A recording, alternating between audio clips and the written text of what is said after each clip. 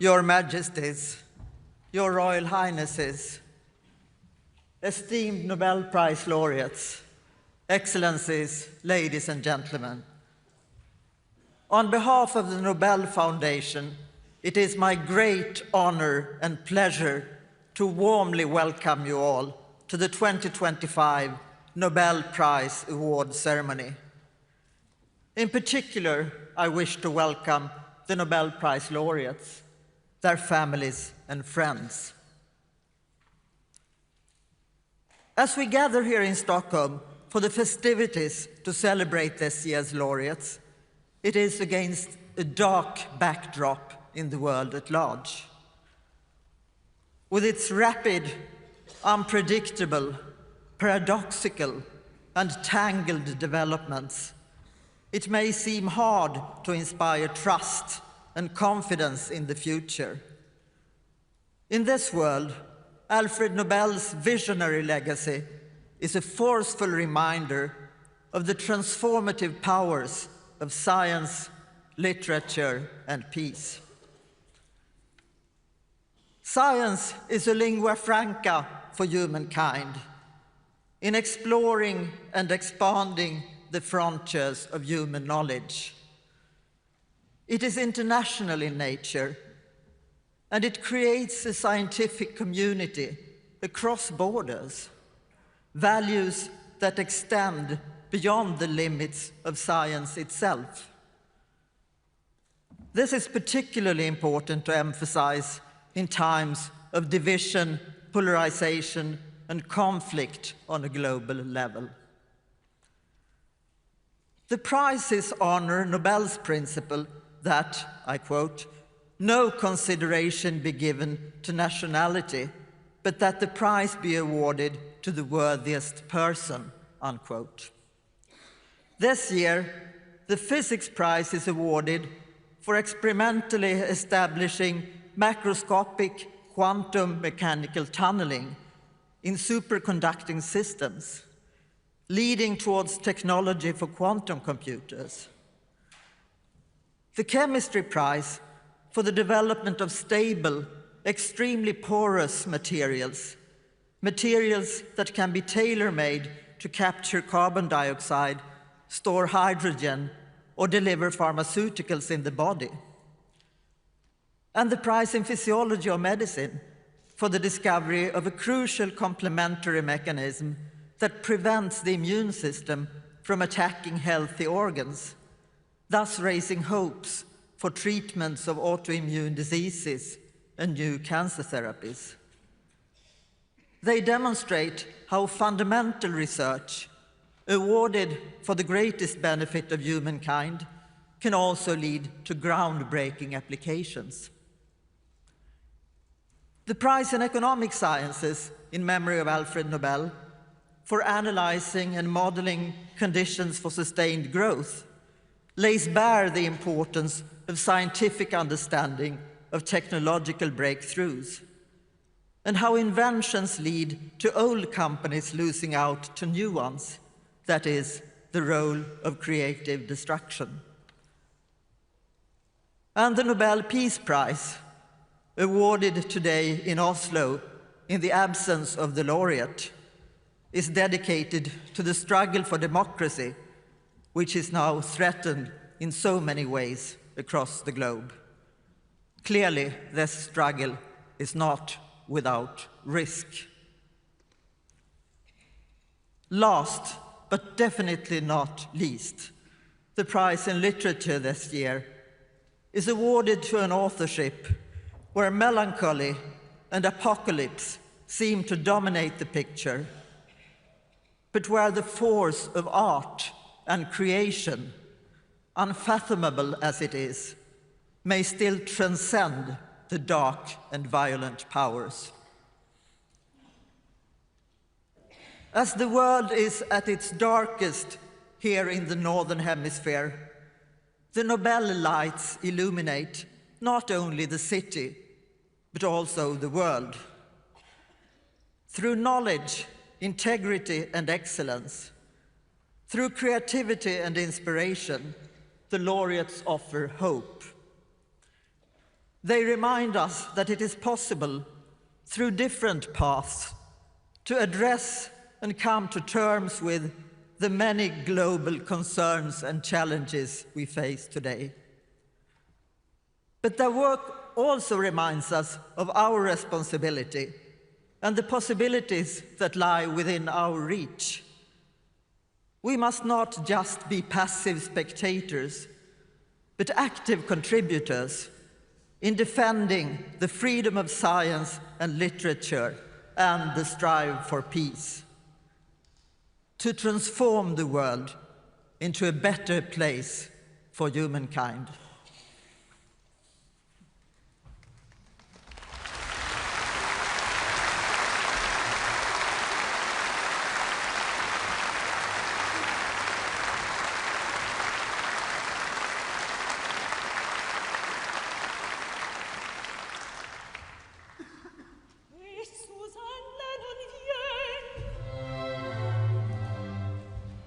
Sono ansiosa di sapere come il conte a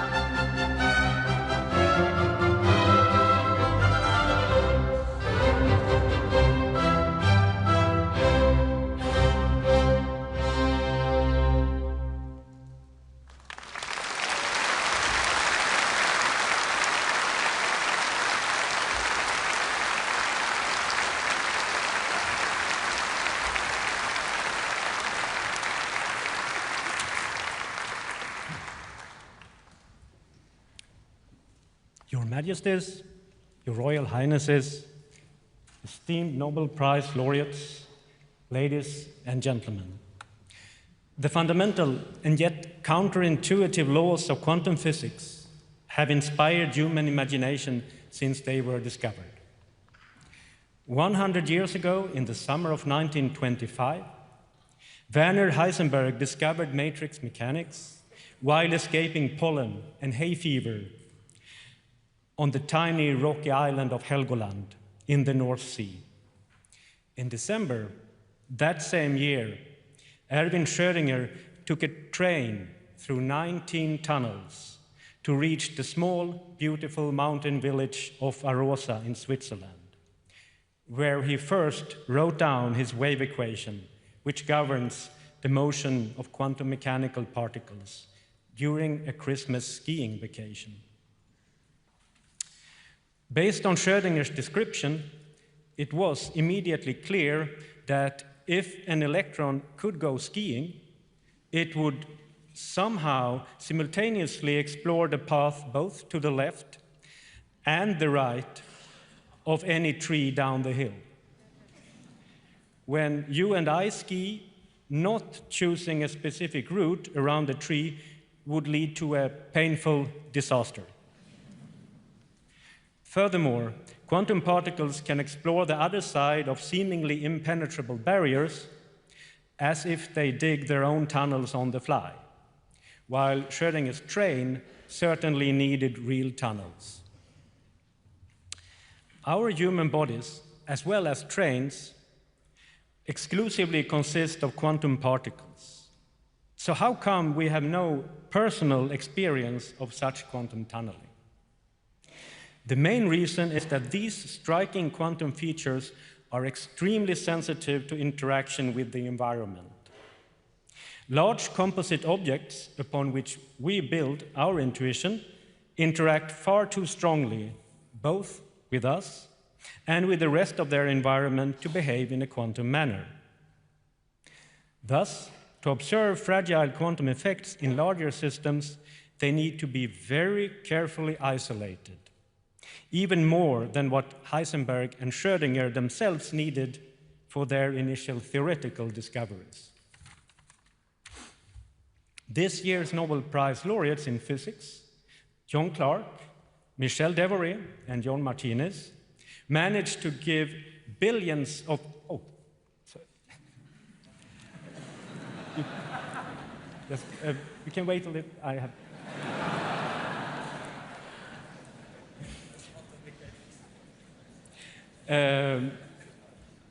managed to give billions of electrons moving in an electric circuit on a silicon chip enough secluded privacy to collectively exhibit both quantum tunneling and energy quantization. This involved cooling them down to only 1/100th of a degree above absolute zero, cooler than in outer space. This freezes out most of the disturbing environment and forces the electrons to form so-called Cooper pairs, thereby losing their identity, all behaving in exactly the same way and becoming superconducting. In order to control these Cooper pairs with microwaves, but still shield them from the abundance of thermal microwaves at room temperature, they invented a new type of filter, damping the signal 20 orders of magnitude before reaching the system. If you would listen to a rocket launch through a similar sound filter, it would sound far less than a ticking watch. The amazing and curiosity-driven discovery that superconducting electrical circuits on a silicon chip, like this one here, clearly visible to the naked eye and containing billions of electrons, can still exhibit the delicate quantum effect of tunneling, as well as absorbing microwaves in small packages, or quanta, just like natural atoms, established superconducting circuits as a platform for exploring quantum physics with engineerable artificial atoms, as well as for developing future quantum technology. Professor John Clarke, Professor Michel Devoré, Professor John Martinez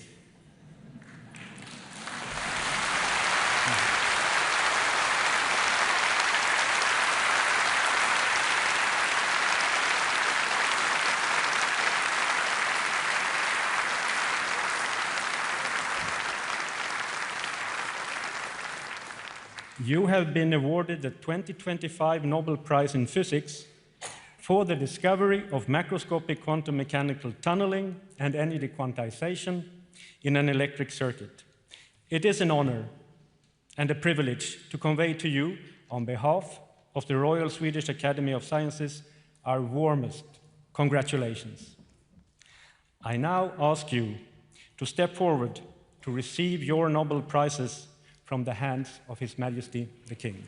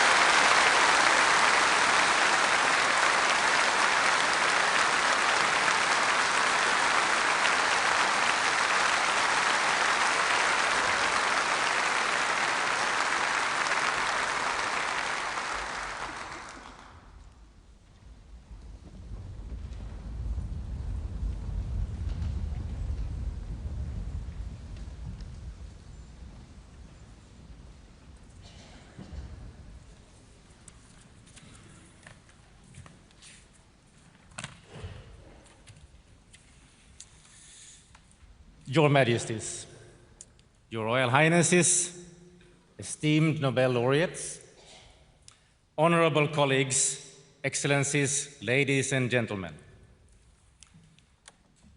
Consider for a moment the importance of holy materials, porous structures that can be used for a large variety of purposes while accommodating smaller entities into their many cavities. How would one make the wholes? In other words, how would one make nothing from something? Well, one may think of a subtractive manufacturing method where material is removed to create the cavities. However effective this method might be, this may not be very practical at the molecular scale, perhaps especially when the holes are of nanometer size. A better method could be to use an additive manufacturing process. In this case, the holes would be indirectly formed by adding the materials surrounding them. Even better would be if the added building blocks could arrange themselves in a kind of programmed assembly process. Doing this by means of chemistry at the molecular scale is very challenging. Nevertheless, this is what our laureates have developed and perfected, leading to what is called metal organic frameworks, or MOFs. For this, they adopted coordination chemistry, where metal-based nodes are linked together with organic or carbon-based molecules, thereby creating a whole lot of nothing. Ordered nothingness, the holes inside. Richard Robson, for example, produced a diamond-like material with spacious cavities based on the assembly between copper ions and tetratopic or four-armed organic molecules. He also conceptualized the process and demonstrated the utility of such materials. Susumu Kitagawa demonstrated gas adsorption as an important application. He made a tailored MOFs that could take up or release gases such as methane or nitrogen. Kitagawa also championed development of flexible or soft frameworks. This led to controllable, shape-shifting materials where the whole structure can be varied upon demand. Omar Yagi demonstrated that stronger interactions between the building blocks led to greatly improved properties. For example, he developed an iconic MOF structure, MOF5, which exhibited not only very high stability, but also a very large surface area. The MOF contained thousands of square meters per gram, which also showed that the MOFs are competitive for industrial applications. Yagi further conceptualized the field by demonstrating how programmed assembly of MOFs can be made systematically. By varying the building blocks, large families of wholly structures could be made with the same basic geometry or topology. The accomplishments of our laureates have had an enormous impact on our society. Their remarkable chemistry has enhanced our capabilities and considerably widened and deepened our knowledge and understanding. As a consequence, the field has expanded rapidly, and many thousands of MOFs have now been developed. These frameworks have been tailored for a large variety of different applications, ranging from gas storage and carbon capture to atmospheric water generation and drug delivery. Susumu Kitagawa, Richard Robson, and Omar Yagi. You have made groundbreaking discoveries in chemistry that have led to the development of metal organic frameworks. This is a truly great achievement for the benefit of humankind. On behalf of the Royal Swedish Academy of Sciences, I wish to convey to you our warmest congratulations. May I now ask you to step forward and receive your Nobel Prizes from the hands of His Majesty the King.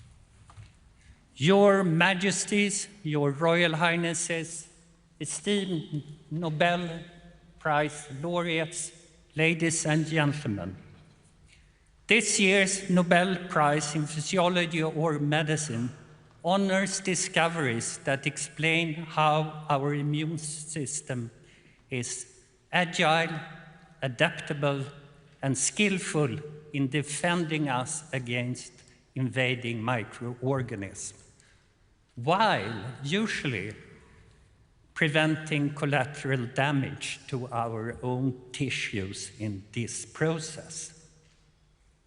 Every day, we are in intimate contact with countless viruses, bacteria, fungi, and the occasional parasites.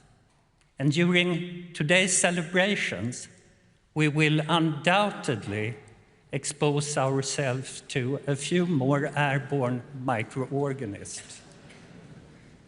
And as we shake a great many more hands, the corresponding risk of contact transmission will increase. Many organisms are masters of disguise. They wear molecular clothing that resembles our own, making it a delicate balancing act for the immune system to recognize and eliminate invaders without turning its weapon to the body itself. When this balance fails, autoimmune disease develops. To prevent such friendly fire, certain immune cells undergo a rigorous education in an organ called the thymus, known in Swedish as brässen, located in our chest. It is also, as it happens, it's also a culinary delicacy. So if we're lucky, there is a small chance that it may even appear on the menu this evening. Professor Shimon Sakaguchi became intrigued by a curious observation. Newborn mice whose thymi are removed just 3 days after birth develop severe autoimmune disease. He set out to identify which cells went missing when the thymus was gone. After years of meticulous work, he discovered a subset of cells marked by CD4 and CD25 that prevented autoimmunity. Around the same time, Dr. Mary Brankov and Dr. Fred Ramstell were investigating a peculiar mouse known as the scurfy mouse, so named for its flaky skin and widespread inflammation. This mouse has first appeared, of all places, in a large breeding colony during the Manhattan Project in the 1940s. Only males were affected by autoimmunity, hinting that the gene lay on the X chromosome. Narrowing down the culprit to a small region on the X chromosome with 20 genes, Drs. Brankov and Ramstell embarked on the painstaking journey of sequencing one gene after the other. The final gene at the bottom of the list turned out to be the key, FOXP3. A few years later, Professor Sakaguchi and others could show that his previously identified cells, now known as regulatory T cells, depend on FOXP3 for their identity and function. These regulatory T cells keep our immune system in balance, preventing autoimmunity while ensuring that immune responses against infection remain strong, but not excessive. Unfortunately, tumors have also learned this lesson too well, often surrounding themselves with regulatory T cells to evade the body's immune attacks. The discoveries made by this year's Nobel Prize laureates reveal one of nature's most elegant balancing mechanisms. How the immune system restrains itself to protect the very body it serves without attacking it. Their work opens new avenues to treat autoimmune diseases, enhance cancer immunotherapy, and promote transplant tolerance. Doctors Brankov, Bramstell, and Sakaguchi, you have uncovered a fundamental principle of natural peripheral self-tolerance, a mechanism that keeps our immune system powerful yet disciplined. On behalf of the Nobel Assembly at the Karolinska Institutet, it's my great privilege to convey to you our warmest congratulations.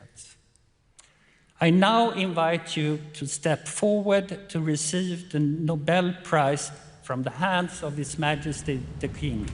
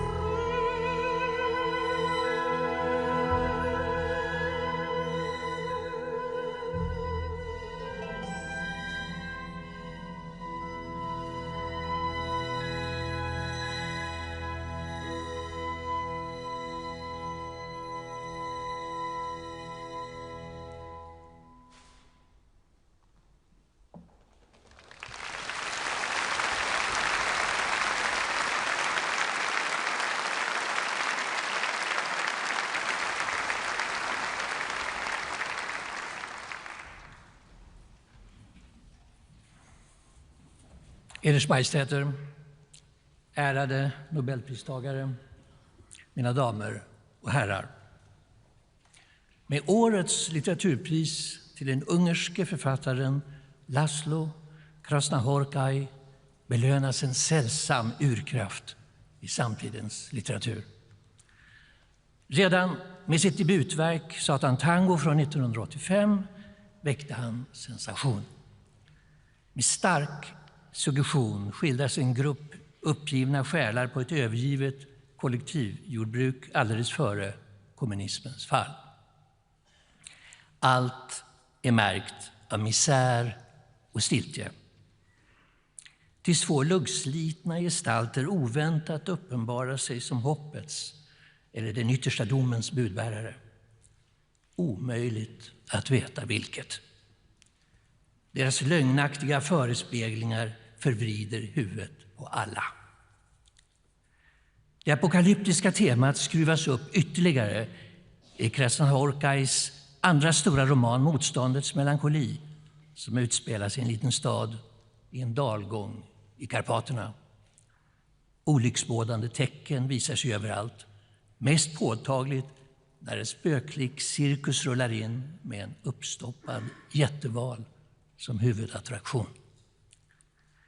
Spektaklet sätter extrema krafter i rörelse med våld och vandalism som följd. Den brutala kampen mellan ordning och oordning gestaltas mästerligt i mardrömslika scener där ingen går fri från terrorns verkningar. I sitt följande författarskap vidareutvecklar Krasznahorkai sin existentiellt lodande epik rotad i en centraleuropeisk tradition av absurd svärta och burlesk humor från Franz Kafka till Thomas Bernhard. I samtidsromanen Herst 07769, Florian Hersts roman om Bach, låter han den unge, urstarke hjälten framträda som en helig dåre i Dostojevskijs mening. Oändligt medkännande, men med desto svagare förståndsgåvor. Med brio konfronterar han paniken i en tysk småstad i Thüringen när våldet bryter ut. Mot fonden av det lokala arvet efter Johann Sebastian Bach ställs terror och skönhet oförsonat mot varandra.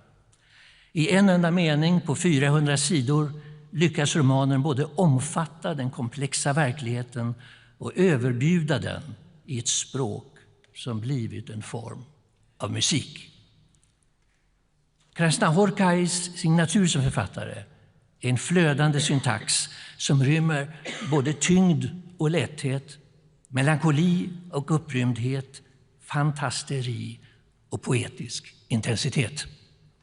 Hans inre sökande ledde honom tidigt till Kina och Japan, vilket vidgade den centraleuropeiska kontexten och gav hans verk en ny, eftersinnande ton. Det sker i den magnifika prosasamlingen Seobo där nere, vigd åt konstens plats i en värld av blindhet och förgänglighet. Här har den europeiska desillusionen stämt möte med österländsk mystik, som när huvudpersonen i det inledande stycket på sin morgonvandring genom Kyoto får syn på en majestätisk snövit häger som absolut orörlig står i en flodfåra mitt i den myllrande storstaden. Ett nav av stillhet uppenbaras mitt i kaos. Lika oväntat men mindre kontemplativt kommer insikten hos en simultantolk på besök i Shanghai i en av berättelserna i Världens gång från 2013. Redlöst berusad lyckas mannen efter en lång dag förirra sig i det spektakulära trafikinfernot 9 drakar. Det liknar en modern variant av myten av Tesev som stängs inne i den labyrint där monstret är fånge. Men Krasznahorkai återger inte bara en historia, han förvandlar förirrandet till språk så att läsaren i lycklig svindel blir indragen i den galna centrifugen. Vi får aldrig veta hur mannen lyckas ta sig tillbaka till sitt hotellrum. Däremot att han plötsligt inser hur allt i tillvaron hänger samman när han hör dånet av ett strömmande vattenfall på sin tv-skärm. Vad är det han egentligen erfar? Hoppet tycks alltså inte vara definitivt förlorat i denna mörka värld. Vi vet bara inte hur och när det tränger in.